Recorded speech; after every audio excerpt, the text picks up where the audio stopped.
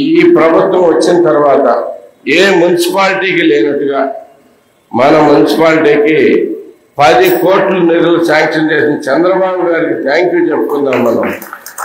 ఆయన ఎంతో అడగగానే సార్ ఇలా ఉంది సార్ మా ప్రాబ్లం తెలుసు కదా మీకు, మా గుడివాడలో ఎలాంటి పరిస్థితుల్లో 5 ఏళ్ళు గత 20 ఏళ్ళ నుంచి బతుకుతున్నామో తెలుసు కదా అని చెప్పి వెళ్ళి బతిలాడితే ఆయన ఏమీ లేకుండా మనకి 10 కోట్లు మన మున్సిపాలిటీకి శాంక్షన్ చేసి రోడ్లు వేసుకోమని చెప్పి ఇచ్చిన మహానుభావుడు నారా చంద్రబాబు నాయుడు గారు, మన ఆనరబుల్ సీఎం.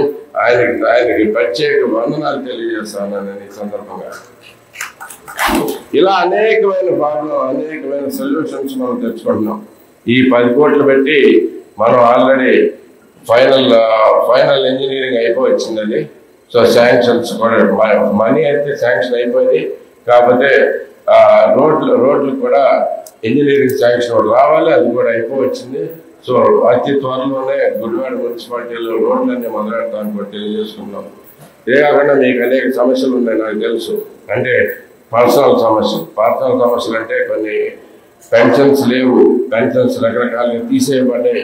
అవన్నీ పెన్షన్స్ అన్నీ కూడా అర్హులందరికీ పెన్షన్స్ వచ్చేటట్లుగా మన ప్రణాళికలు చేస్తా ఉన్నాం. మీరందరూ ఇక్కడ నోటిఫై చేసుకోమన్నారు. చాలా మంది ఇక్కడ నోటిఫై చేసుకున్నారు.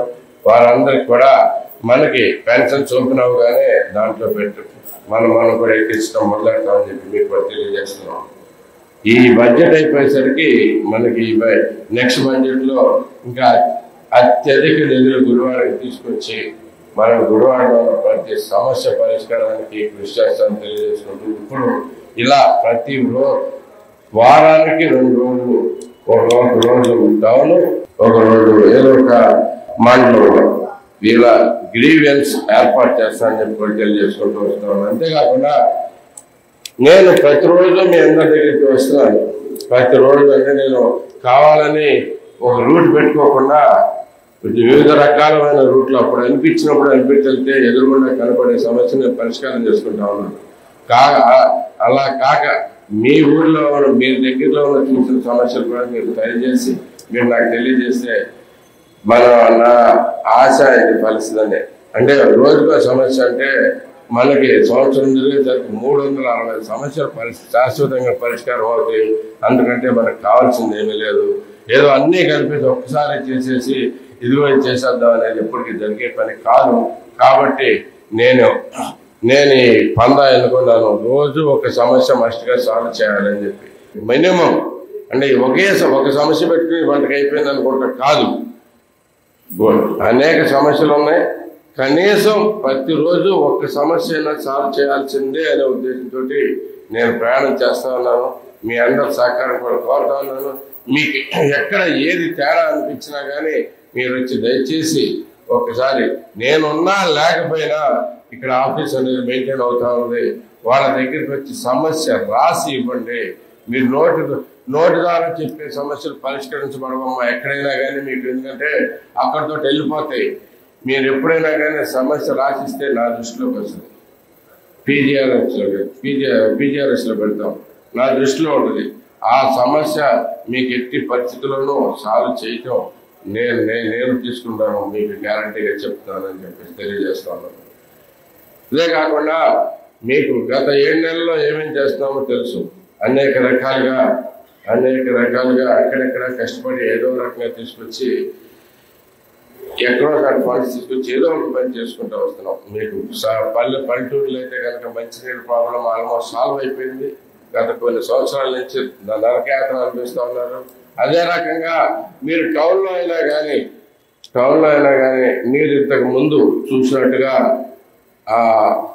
మురికి నీళ్ళు వస్తున్నాయనే సమస్యలు చాలా వరకు సాల్వ్ చేసుకుని వచ్చి నా దృష్టికి వచ్చిన ప్రతి సమస్యని సాల్వ్ చేశాను. మీకు అక్కడ మీరు చూసుకుంటే ఎన్నో వార్డులు, ఈవెన్ నాకు గుర్తున్నంత వరకు జైన్ మందిరం దగ్గర కానీ ఇటు 15వ వార్డులో కానీ ఇలా అనేక చోట్ల మురికి నీళ్ళు వస్తాయని కంప్లైంట్స్ వచ్చే చోట ప్రతి చోట నేను బాగు చేయించడం జరిగింది. మీరు ఇప్పుడు గమనించారో లేదో మరి మీకైతే తెలియదు. కానీ మనకి ఎప్పుడైనా కానీ నీళ్ళు వచ్చినప్పుడు బాధ వస్తుంది. కానీ అవి పోయిన తర్వాత మనకి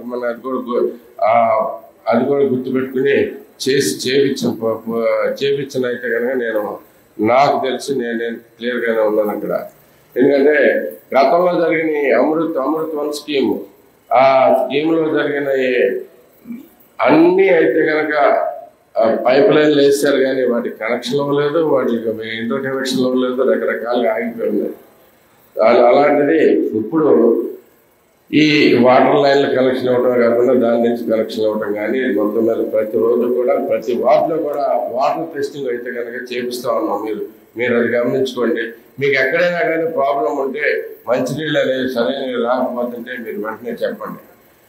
ఇంకొక ఘనత మనం ఈ 7 నెలల్లో సాధించింది ఏంటంటే గుడివాడ చరిత్రలో ఎప్పుడు మన ఇక్కడ ఓవర్ హెడ్ ట్యాంకులు ఎక్కడెక్కడ చాలా చోట్ల ఉన్నాయి కదా. ఆ ట్యాంకు ఏ రోజు 3వ వంతు కంటే ఎక్కువ ఫుల్ అయిన పరిస్థితి లేదు. ఈ రోజు ధైర్యంగా చెప్పగలను, ప్రతి ట్యాంకు ఫుల్గా వాటర్ మనం పెట్టగలుగుతున్నాం. దానికి ఈ 6 నెలల నుంచి జరిగిన కృషే కారణం.